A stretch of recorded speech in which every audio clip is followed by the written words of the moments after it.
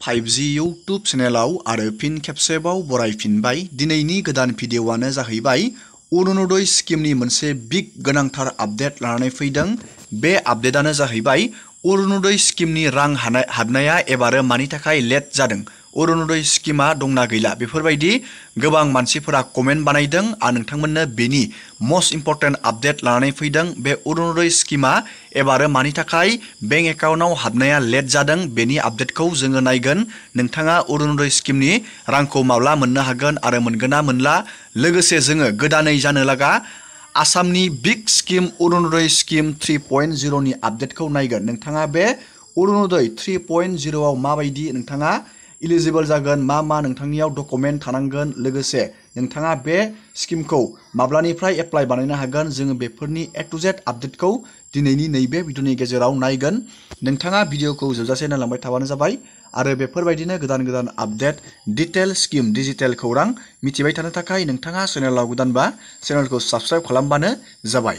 दानिया जोङो नागिरगोन लोगोफोर जाय बिथांमोना कमेन्ट बानायदोंमोन, नोंथांमोना दासिमबो जुदि अरुणोदय स्किमनि रांखौ मोनाखै, मानि थाखाय बे अरुणोदय स्किमनि रां हाबनाया एबारनि नैबे किस्तिया मानि थाखाय लेट जादों, नोंथाङा रांखौ मोनगोन ना मोना आरो माब्लासिम मोननो हागोन, जोङो बेनि आपडेटखौ नायनानै जोङो डाउटखौ क्लियार खालामना लाग्रोनि आरो बेनि उनाव जोङो नायगोन नैबे आसामाव गोदानै जानो लागा 3.0 अरुणोदय स्किमनि मोस्ट इम्पर्टेन्ट आपडेटखौ जोङो नायगोन। बेयाव गोबां लाख मानसिफोरा आरो गोदानै मोननो थांगासिनो दं। मालानिफ्राय मोनगोन जोङो बेनि आपडेटखौ नायगोन। नोंथाङा भिडिअखौ जोबजासे नायलांबाय थाबानो जाबाय आरो बेफोरबायदिनो गोदान आपडेट, डिटेल स्किम, डिजिटेल खौरां मिथिबाय थानो थाखाय नोंथाङा चेनेलाव गोदानबा चेनेलखौ साबस्क्राइब खालामबानो जाबाय। दानिया जोङो नायग्रोदोनि अरुणोदय स्किमनि रां हाबनाया एबारनि किस्तिया मानि थाखाय लेट जादों। दानिया जोङो नायनोसै लोगोफोर, नैबेयाव अरुणोदयनि किस्ति, एबारनि किस्ति हाबनाया मानि थाखाय लेट जादों, लोगोसे अरुणोदयल' नङा, पेन्सननि राङाबो बे एबारनि किस्तिनि रां हाबनाया नैबे आगस्ट मान्थनिया लेट जादों। नोंथांमोनाथ' मिथिखायो नैबे डक्टर हेमन्त बिश्व शर्माया गावनि बे मोनसे फेसबुकनि पेजाव मोनसे आपडेट होदों। बे अरुणोदय स्किमनि रां हाबनाया एबारनि किस्तिया मानो लेट जादों, जोङो बेखौ नायदिनि।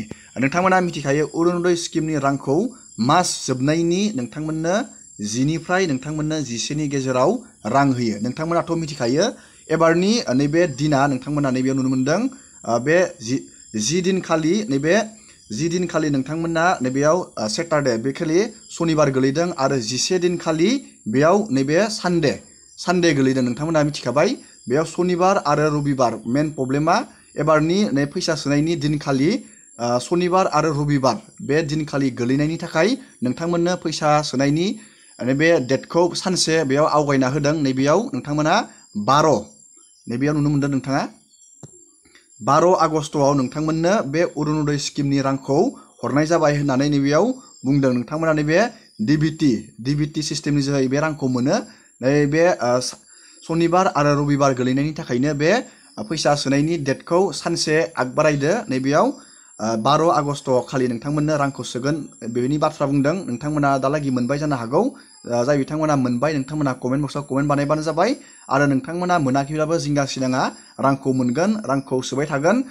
नोंथांमोना दा क्लियार जाबाय जानो हागौ। नोंथांमोना एबारनि बे अरुणोदय स्किमनि रां मोननाया मानि थाखाय लेट जादों बेखौ आसामनि CMआ मोनसे नटिसनि जोहै नोंथांमोननो फोरमायनानै होखादों।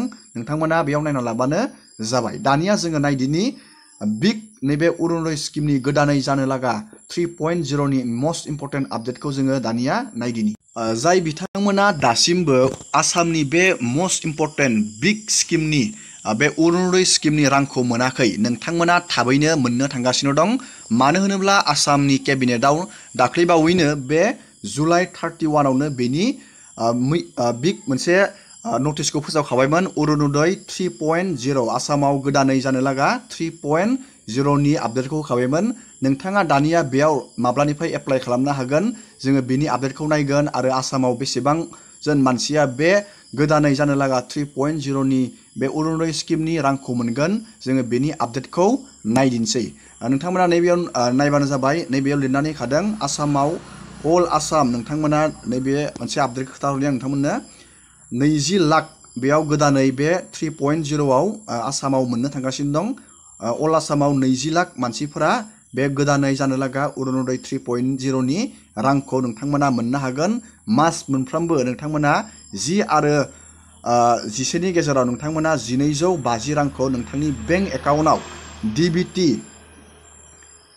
DBT सिस्टेम डाइरेक्ट बेनिफिट ट्रान्सफारनि सिस्टेमनि जोहै नोंथांमोना रांखौ मोनबाय थानो हागोन मोस्ट इम्पोर्टेन्ट स्किम बियो नोंथांमोना बेयाव रां मोननो थाखाय नैबेयाव लिरनानै होखादों नैबे टटेल आसामाव दासिम जुदि नैबे 20 लाख जुदि एड खालामबावोब्ला बे मोनखानायजों टटेल आसामाव अरुणोदय स्किम मोनग्रानि मानसिफोरनि अनजिमाया नैबे 47 लाख जाहैगोन बेयाव बुंदों सिम्पल नोंथाङा बेयाव एबारनि 3.0 अरुणोदय स्किमाव एलिजिबल जानो थाखाय 3.0 बे अरुणोदय स्किमाव एलिजिबल जानो थाखाय नोंथांनो नैबेयाव लिरना होदों नोंथांनियाव मात्र आधार कार्डनि गोनांथि जागोन आरो मोस्ट इम्पोर्टेन्ट बे डकुमेन्टआनो जाहैबाय नोंथांमोननि रेशन कार्ड बेयाव रेशन कार्डनि गोनांथि जागोन जुदि नोंथांनियाव रेशन कार्ड दं नोंथांमोना बे अरुणोदय 3.0 नि थाखाय एलिजिबल जागोन दानिया बे अरुणोदय स्किमनि बागै आसामनि सीएमआ मा बाथ्रा बुंदों जों बिनि आपडेटखौ नायग्रोनानै लादिनि अरुणोदय 3.0 অর্থাৎ অৰুণোদয় আমি প্ৰথম আৰম্ভ কৰিছিলো 19 লাখ হিতাধিকাৰীৰে অৰুণোদয় 2.0 আমি সামৰি লৈছিলো 27 লাখ হিতাধিকাৰী এতিয়া অৰুণোদয় 3 আমি সিদ্ধান্ত লৈছো যে আৰু আমি 20 লাখ হিতাধিকাৰী এই আঁচনিৰ আমি অধীনলৈ আনিব খুজিছো যদি 20 লাখ হিতাধিকাৰীক এই আঁচনিৰ অধীনলৈ আনো তেতিয়াহলে এই আঁচনিৰ অধীনত বেনিফিটেড পৰিয়ালৰ সংখ্যা 47 লাখলৈকে বৃদ্ধি পাব আমি অৰুণোদয় 2.0 আধাৰ আৰু ৰেশন কাৰ্ডৰ লগত জড়িত নাছিলে তাৰ কাৰণে মই বিভিন্ন যোৱাকালি পৰখি যেতিয়া উপায়ুক্তৰ সন্মিলন আৰম্ভ হৈছিল মই কৈছিলো যে কিছুমান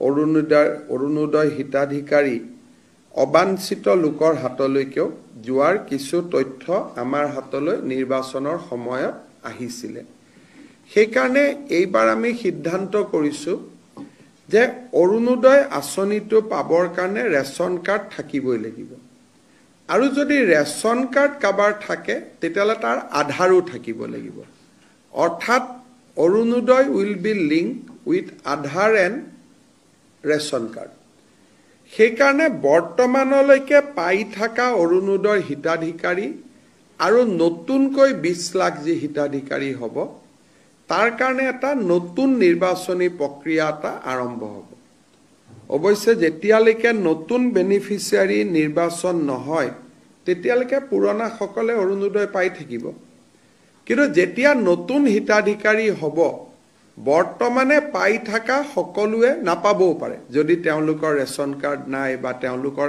আধাৰ নাই তেতিয়া তেওঁলোকে নাপাবও পাৰে অহা সেপ্টেম্বৰ মাহৰ পৰা আমি অৰুণোদয় হিতাধিকাৰী 0.3 কাৰণে অৰুণোদয় 0.3 এই হিতাধিকাৰী নিৰ্বাচনৰ প্ৰক্ৰিয়াটো আমি আৰম্ভ কৰিম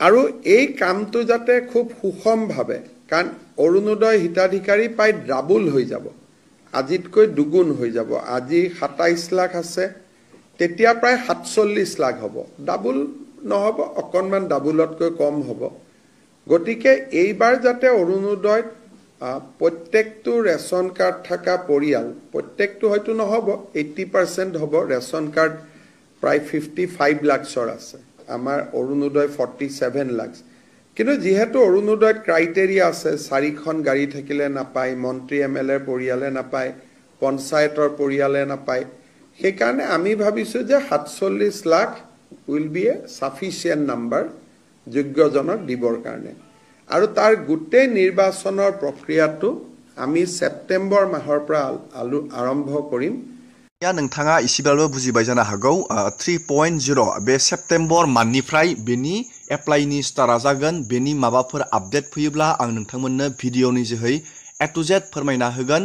दिनैनि भिडिअखौ आङो बेखिनियावनो फोजोबबाय। नोंथांमोना भिडिअखौ नायनानै मोजां मोनदोंबा लाइक खालामबानो जाबाय, शेयार खालामबानो जाबाय। चेनेलाव गोदानबा चेनेलखौ साबस्क्राइब खालामबानो जाबाय। एसेनोसै दिनैनि भिडिअआ।